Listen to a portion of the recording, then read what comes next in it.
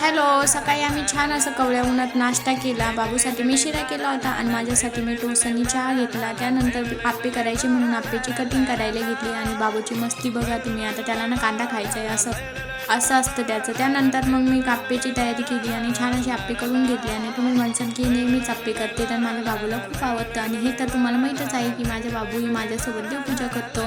आणि त्यानंतर ते बघा कसा रडतोय. त्याला ना आप्पे खायचे होते आणि आप्पे खूप गरम होते आणि त्याला थंड होईपर्यंत दम बी नव्हता. म्हटलं रड मग. त्यानंतर मग छान असे त्याला खाऊ घातली आणि आज आम्ही चाललो होतो गणपती बाप्पा येणार म्हणून डेकोरेशनचं सामान घ्यायला.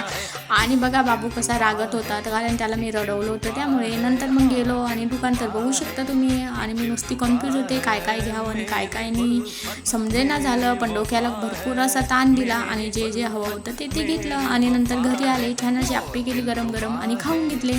आणि त्यानंतर तुम्हाला माझे व्हिडिओ आवडत असेल तर लाईक करा, शेअर करा, फॉलो करा. Bye bye.